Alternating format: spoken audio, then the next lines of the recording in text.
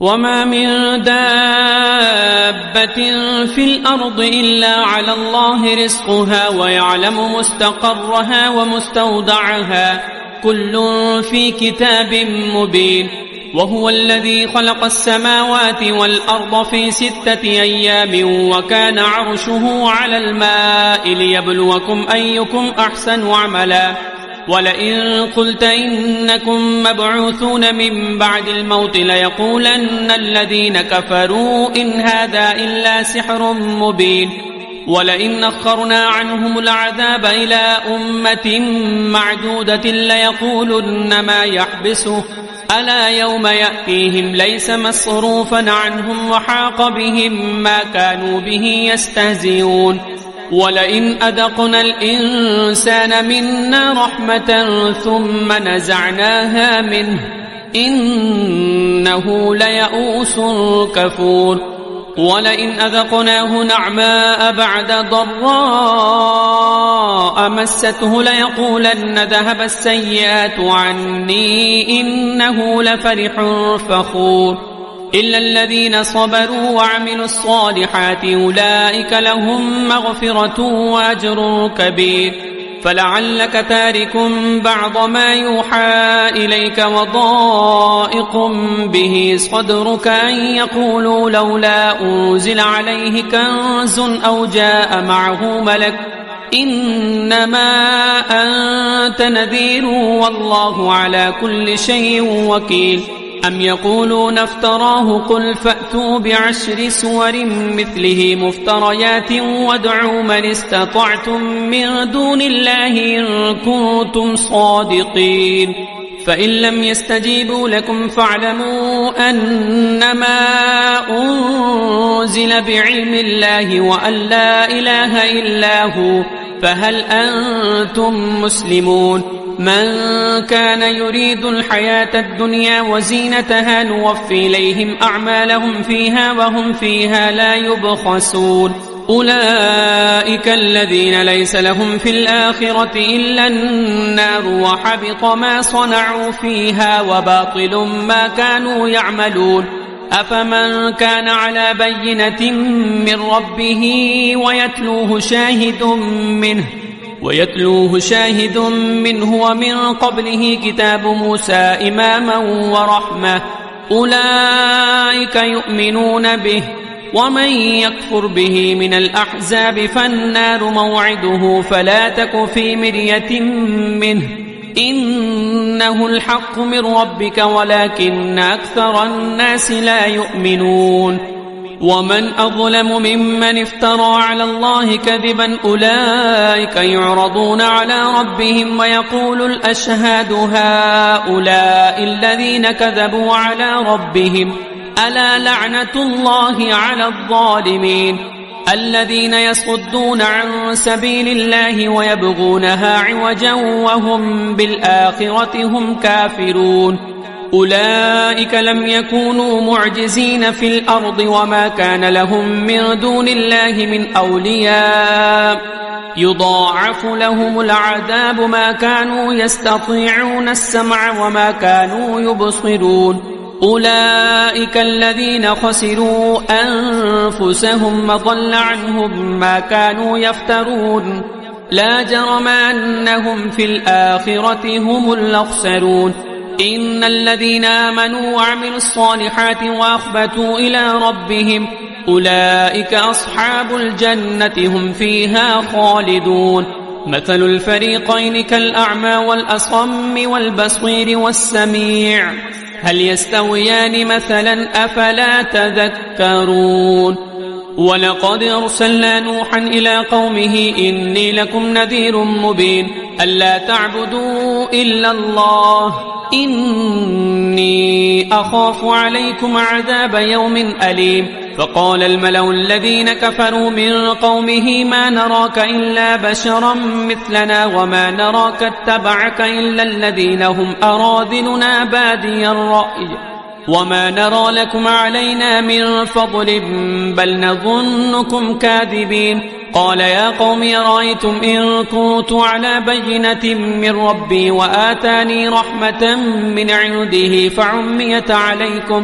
أنلزمكموها وأنتم لها كارهون ويا قوم لا أسألكم عليه مالا إن أجري إلا على الله وما أنا بطارد الذين آمنوا إنهم ملاقو ربهم ولكني أراكم قوما تجهلون ويا قوم من ينصرني من الله إن تردتهم أفلا تذكرون ولا أقول لكم عندي خزائن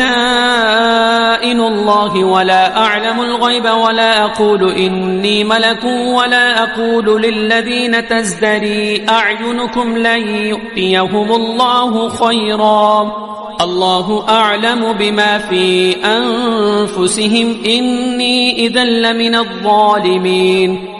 قالوا يا نوح قد جادلتنا فأكثرت جدالنا فأتنا بما تعدنا إن كنت من الصادقين قال إنما يأتيكم به الله إن شاء وما أنتم بمعجزين ولا ينفعكم نصحي إن أردت أن أنصح لكم إن كان الله يريد أن يغويكم هو ربكم وإليه ترجعون أم يقولون افتراه قل إن افتريته فعلي إجرامي وأنا بريء مما تجرمون وأوحي إلى نوح أنه لن يؤمن من قومك إلا من قد آمن فلا تبتئس بما كانوا يفعلون واصنع الفلك بأعيننا ووحينا ولا تخاطبني في الذين ظلموا إنهم مغرقون ويصنع الفلك وكلما مر عليه ملأ من قومه سخروا منه قال إن تسخروا منا فإنا نسخر منكم كما تسخرون فسوف تعلمون من يأتيه عذاب يخزيه ويحل عليه عذاب مقيم حتى إذا جاء أمرنا وفارت النور قل نحمل فيها من كل زوجين اثنين وأهلك إلا من سبق عليه القول وما آمن معه إلا قليل وقال اركبوا فيها بسم الله مجريها ومرساها إن ربي لغفور رحيم وهي تجري بهم في موج كالجبال ونادى نوح ابنه وكان في معزل يا بني اركب معنا ولا تكن مع الكافرين قال سآوي إلى جبل يعصمني من الماء قال لا عاصم اليوم من أمر الله إلا من رحم وحال بينهما الموج فكان من المغرقين وقيل يا أرض ابلعي ماءك ويا سماء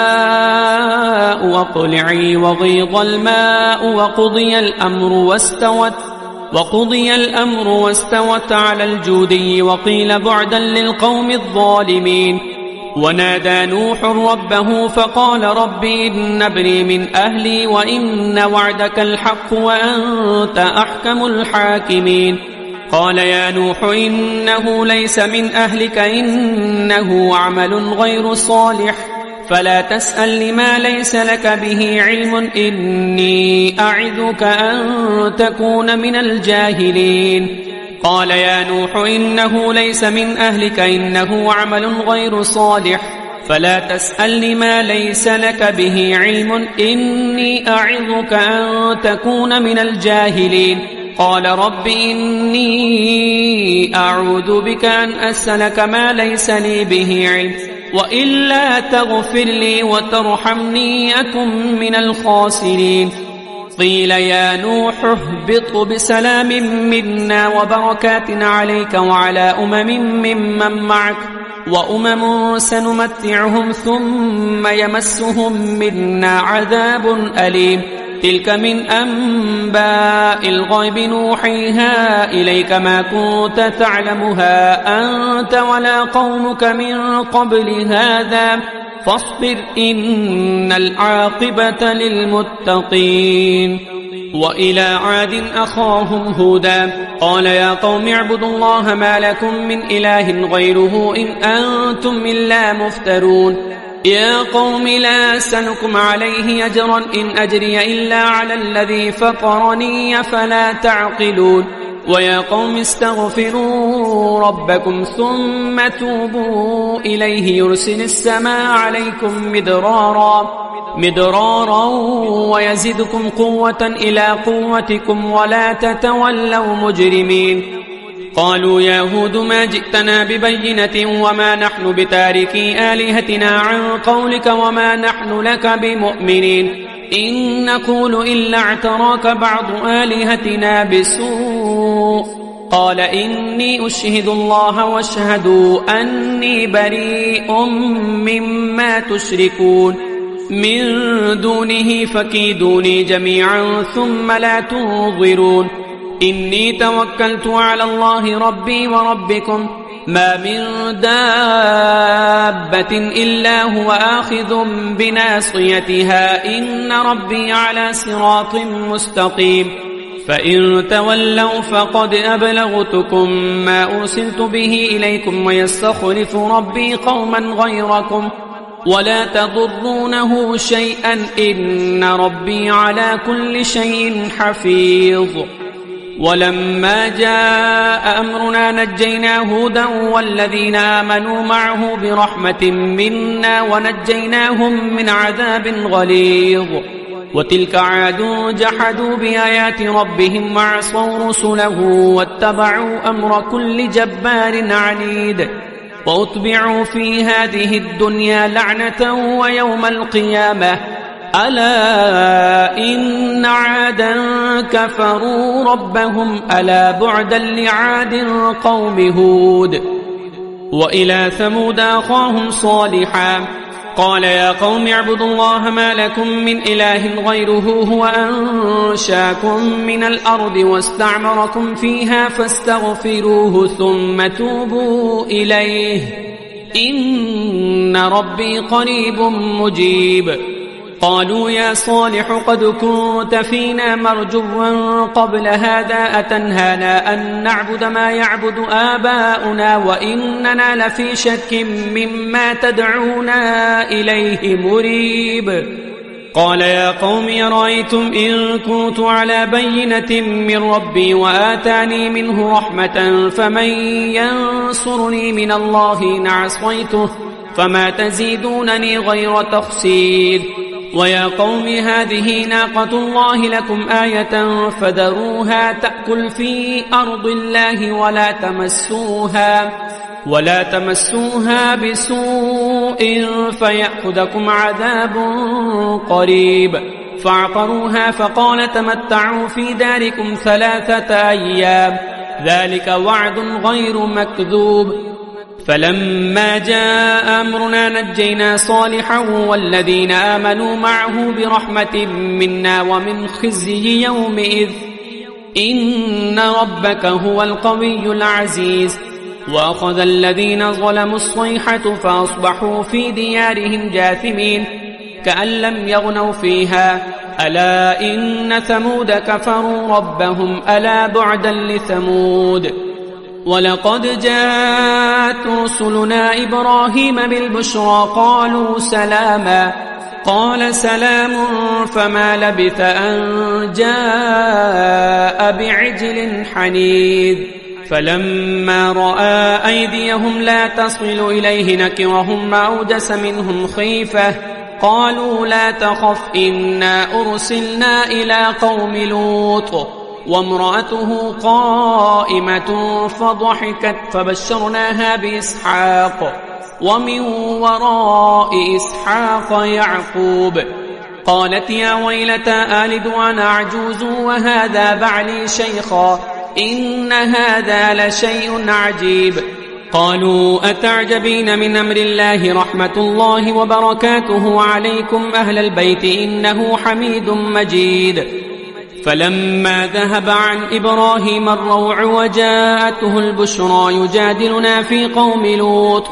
إن إبراهيم لحليم أواه منيب يا إبراهيم أعرض عن هذا إنه قد جاء أمر ربك وإنهم آتيهم عذاب غير مردود ولما جاءت رسلنا لوطا سيء بهم وضاق بهم ذرعا وقال هذا يوم عصيب وجاءه قومه يهرعون إليه ومن قبل كانوا يعملون السيئات قال يا قوم هؤلاء بناتي هن أطهر لكم فاتقوا الله ولا تخزون في ضيفي أليس منكم رجل رشيد قالوا لقد علمت ما لنا في بناتك من حق وإنك لتعلم ما نريد قال لو أن لي بكم قوة أو آوي إلى ركن شديد قالوا يا لوط إنا رسل ربك لن يصلوا إليك فأسر بأهلك بقطع من الليل ولا يلتفت منكم أحد إلا امرأتك إنه مصيبها ما أصابهم إن موعدهم الصبح أليس الصبح بقريب فلما جاء أمرنا جعلنا عاليها سافلها وأمطرنا عليها حجارة من سجيل منضود مسومة عند ربك وما هي من الظالمين ببعيد وإلى مدين أخاهم شعيبا قال يا قوم اعبدوا الله ما لكم من إله غيره ولا تنقصوا المكيال والميزان إني أراكم بخير وإني أخاف عليكم عذاب يوم محيط ويا قوم أوفوا المكيال والميزان بالقسط ولا تبخسوا الناس أشياءهم ولا تعثوا في الأرض مفسدين بقية الله خير لكم إن كنتم مؤمنين وما أنا عليكم بحفيظ قالوا يا شعيب وصلاتك تأمرك أن نترك ما يعبد آباؤنا أو أن نفعل في أموالنا ما نشاء إنك لأنت الحليم الرشيد قال يا قوم رأيتم إن كنت على بينة من ربي ورزقني منه رزقا حسنا وما أريد أن أخالفكم إلى ما أنهاكم عنه إن أريد إلا الإصلاح ما استطعت وما توفيقي إلا بالله عليه توكلت وإليه أنيب ويا قوم لا يجرمنكم شقاقي أن يصيبكم مثل ما أصاب قوم نوح أو قوم هود أو قوم صالح وما قوم لوط منكم ببعيد واستغفروا ربكم ثم توبوا إليه إن ربي رحيم ودود قالوا يا شعيب ما نفقه كثيرا مما تقول وإنا لنراك فينا ضعيفا ولولا رهتك لرجمناك وما أنت علينا بعزيز قال يا قوم أرهطي أعز عليكم من الله واتخذتموه وراءكم ظهريا إن ربي بما تعملون محيط ويا قوم اعملوا على مكانتكم إني عامل سوف تعلمون من يأتيه عذاب يخزيه ومن هو كاذب وارتقبوا إني معكم رقيب ولما جاء أمرنا نجينا شعيبا والذين آمنوا معه برحمة منا وأخذت الذين ظلموا الصيحة فأصبحوا في ديارهم جاثمين كأن لم يغنوا فيها ألا بعدا لمدين كما بعدت ثمود ولقد أرسلنا موسى بآياتنا وسلطان مبين إلى فرعون وملئه فاتبعوا أمر فرعون وما أمر فرعون برشيد يقدم قومه يوم القيامة فأوردهم النار وبئس البرد المورود وأتبعوا في هذه لعنة ويوم القيامة بئس الرفد المرفود ذلك من أنباء القرى نقصه عليك منها قائم وحصيد وما ظلمناهم ولكن ظلموا أنفسهم فما أغنت عنهم آلهتهم التي يدعون من دون الله من شيء لما جاء أمر ربك وما زادوهم غير تتبيب وكذلك أخذ ربك إذا أخذ القرى وهي ظالمة إن أخذه أليم شديد إن في ذلك لآية لمن خاف عذاب الآخرة ذلك يوم مجموع له الناس وذلك يوم مشهود وما نؤخره إلا لأجل معدود يوم يأتي لا تكلم نفس إلا بإذنه فمنهم شقي وسعيد فأما الذين شقوا ففي النار لهم فيها زفير وشهيق خالدين فيها ما دامت السماوات والأرض إلا ما شاء ربك إن ربك فعال لما يريد وأما الذين سعدوا ففي الجنة خالدين فيها ما دامت السماوات والأرض إلا ما شاء ربك عطاء غير مجذوذ فلا تك في مرية مما يعبد هؤلاء ما يعبدون إلا كما يعبد آباؤهم من قبل وإنا لموفوهم نصيبهم غير منقوص ولقد آتينا موسى الكتاب فاختلف فيه ولولا كلمة سبقت من ربك لقضي بينهم وإنهم لفي شك منه مريب وإن كلا لما ليوفينهم ربك أعمالهم إنه بما يعملون خبير فاستقم كما أمرت ومن تاب معك ولا تطغوا إنه بما تعملون بصير ولا تركنوا إلى الذين ظلموا فتمسكم النار وما لكم من دون الله من أولياء ثم لا تنصرون وأقم الصلاة طرفي النهار وزلفا من الليل إن الحسنات يذهبن السيئات ذلك ذكرى للذاكرين واصبر فإن الله لا يضيع أجر المحسنين فلولا كان من القرون من قبلكم أولو بقية ينهون عن الفساد في الأرض إلا قليلا ممن أنجينا منهم واتبع الذين ظلموا ما أترفوا فيه وكانوا مجرمين وما كان ربك ليهلك القرى بظلم وأهلها مصلحون ولو شاء ربك لجعل الناس أمة واحدة ولا يزالون مختلفين إلا من رحم ربك ولذلك خلقهم وتمت كلمة ربك لأملأن جهنم من الجنة والناس أجمعين وكلا نقص عليك من أنباء الرسل ما نثبت به فؤادك وجاءك في هذه الحق وموعظة وذكرى للمؤمنين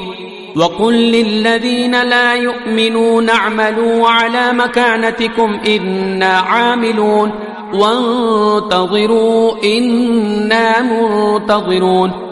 ولله غيب السماوات والأرض وإليه يرجع الأمر كله فاعبده وتوكل عليه وما ربك بغافل عما تعملون بسم الله الرحمن الرحيم ألف لام را تلك آيات الكتاب المبين إنا أنزلناه قرآنا عربيا لعلكم تعقلون نحن نقص عليك أحسن القصص بما أوحينا إليك هذا القرآن وإن كنت من قبله لمن الغافلين إذ قال يوسف لأبيه يا أبت إني رأيت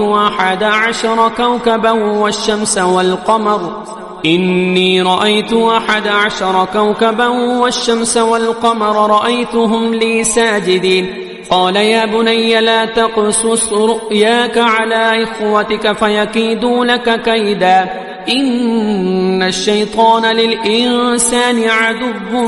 مبين وكذلك يجتبيك ربك ويعلمك من تأويل الأحاديث ويتم نعمته عليك وعلى آل يعقوب كما أتمها على أبويك من قبل إبراهيم وإسحاق إن ربك عليم حكيم. لقد كان في يوسف وإخوته آيات للسائلين إذ قالوا ليوسف وأخوه أحب إلى أبينا منا ونحن عصبة إن أبانا لفي ضلال مبين اقتلوا يوسف أو اطرحوه أرضا يخل لكم وجه أبيكم وتكونوا من بعده قوما صالحين. قال قائل منهم لا تقتلوا يوسف وألقوه في غيابة الجب يلتقطه بعد السيارة إن كنتم فاعلين. قالوا يا أبانا ما لك لا تأمنا على يوسف وإنا له لناسحون أرسله معنا غدا يرتع ويلعب وإنا له لحافظون. قال إني ليحزنني أن تذهبوا به وأخاف أن يأكله الذئب وأنتم عنه غافلون. قالوا لئنك له الذئب ونحن عصبة إنا إذا لخاسرون. فلما ذهبوا به وأجمعوا أن يجعلوه في غيابة الجب وأوحينا إليه لتنبينهم بأمرهم هذا وهم لا يشعرون. وجاءوا أباهم عشاء يبكون قالوا يا أبانا إنا ذهبنا نستبق وتركنا يوسف عند متاعنا فأكله الذئب وما أنت بمؤمن لنا ولو كنا صادقين. وجاءوا على قميصه بدم كذب قال بل سولت لكم أنفسكم أمرا فصبر جميل والله المستعان على ما تصفون. وجاءت سيارة فأرسلوا واردهم فأدلى دلوه قال يا بشرى هذا غلام وأسروه بضاعة والله عليم بما يعملون. وشروه بثمن بخس دراهم معدودة وكانوا فيه من الزاهدين. وقال الذي اشتراه من مصر لامرأته اكرمي مثواه عسى أن ينفعنا أو نتخذه ولدا وكذلك مكنا ليوسف في الأرض ولنعلمه من تأويل الأحاديث والله غالب على أمره ولكن أكثر الناس لا يعلمون. ولما بلغ أشده آتيناه حكما وعلما وكذلك نجزي المحسنين. وراودته التي هو في بيتها عن نفسه وغلقت الأبواب وقالت هيت لك قال معاذ الله إنه ربي أحسن مثواي إنه لا يفلح الظالمون. وراودته التي هو في بيتها عن نفسه وغلقت الأبواب وقالت هيت لك قال معاذ الله إنه ربي أحسن مثواي إنه لا يفلح الظالمون. ولقد همت به وهم بها لولا أن رأى برهان ربه كذلك لنصرف عنه السوء والفحشاء إنه من عبادنا المخلصين. واستبق الباب وقدت قميصه من دبر وألف يا سيدها لدى الباب قالت ما جزاء من أراد بأهلك سوءا إلا أن يسجن أو عذاب أليم. قال هي راودتني عن نفسي وشهد شاهد من أهلها إن كان قميصه قد من قبل فصدقت وهو من الكاذبين وإن كان قميصه قد من دبر فكذبت وهو من الصادقين. فلما رأى قميصه قد من دبر قال إنه من كيدكن إن كيدكن عظيم. يوسف أعرض عن هذا واستغفري لذنبك إنك كنت من الخاطئين. وقال نسوة في المدينة امرأة العزيز تراود فتاها عن نفسه قد شغفها حبا إنا لنراها في ضلال مبين فلما سمعت بمكرهن أرسلت إليهن وأعتدت لهن متكئا وآتت كل واحدة منهن سكينا وقالت اخرج عليهن فلما رأينه أكبرنه وقطعن أيديهن وقلن حاش لله ما هذا بشرا إن هذا إلا ملك كريم قالت فذلكن الذي لمتنني فيه ولقد راودته عن نفسه فاستعصم ولئن لم يفعل ما آمره ليسجنن وليكون من الصاغرين قال رب السجن أحب إلي مما يدعونني إليه وإلا تصرف عني كيدهن أصب إليهن وأكن من الجاهلين فاستجاب له ربه فصرف عنه كيدهن إنه هو السميع العليم ثم بدا لهم من بعد ما رأوا الآيات ليسجننه حتى حين ودخل معه السجن فتيان قال أحدهما إني أراني أعصر خمرا وقال الآخر إني أراني أحمل فوق رأسي خبزا تأكل الطير منه نبئنا بتأويله إنا نراك من المحسنين قال لا يأتيكما طعام ترزقانه إلا نبأتكما بتأويله قبل أن يأتيكما ذلكما مما علمني ربي إني تركت ملة قوم لا يؤمنون بالله وهم بالآخرة هم كافرون واتبعت ملة آبائي إبراهيم وإسحاق ويعقوب ما كان لنا أن نشرك بالله من شيء ذلك من فضل الله علينا وعلى الناس ولكن أكثر الناس لا يشكرون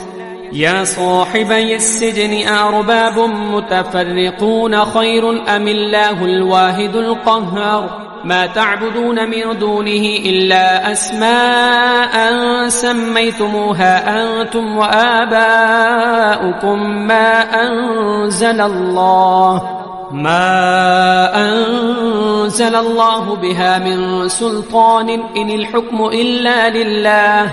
أمر أن لا تعبدوا إلا إياه ذلك الدين القيم ولكن أكثر الناس لا يعلمون يا صاحبي السجن أما أحدكما فيسقي ربه خمرا وأما الآخر فيصلب فتأكل الطير من رأسه قضي الأمر الذي فيه تستفتيان وقال للذي ظن أنه ناج منهم اذكرني عند ربك فأنساه الشيطان ذكر ربه فلبث في السجن بضع سنين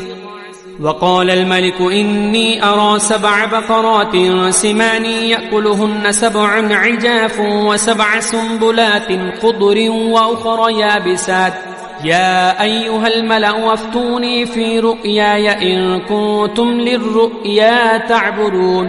قالوا أضغاث أحلام وما نحن بتأويل الأحلام بعالمين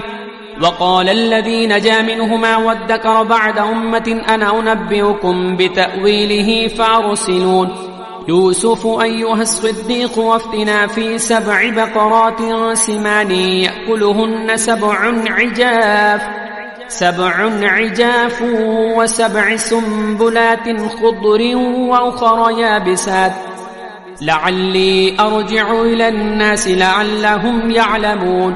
قال تزرعون 7 سنين دأبا فما حصدتم فذروه في سنبله إلا قليلا مما تأكلون ثم يأتي من بعد ذلك 7 شداد يأكلن ما قدمتم لهن إلا قليلا مما تحصنون ثم يأتي من بعد ذلك عام فيه يغاث الناس وفيه يعصرون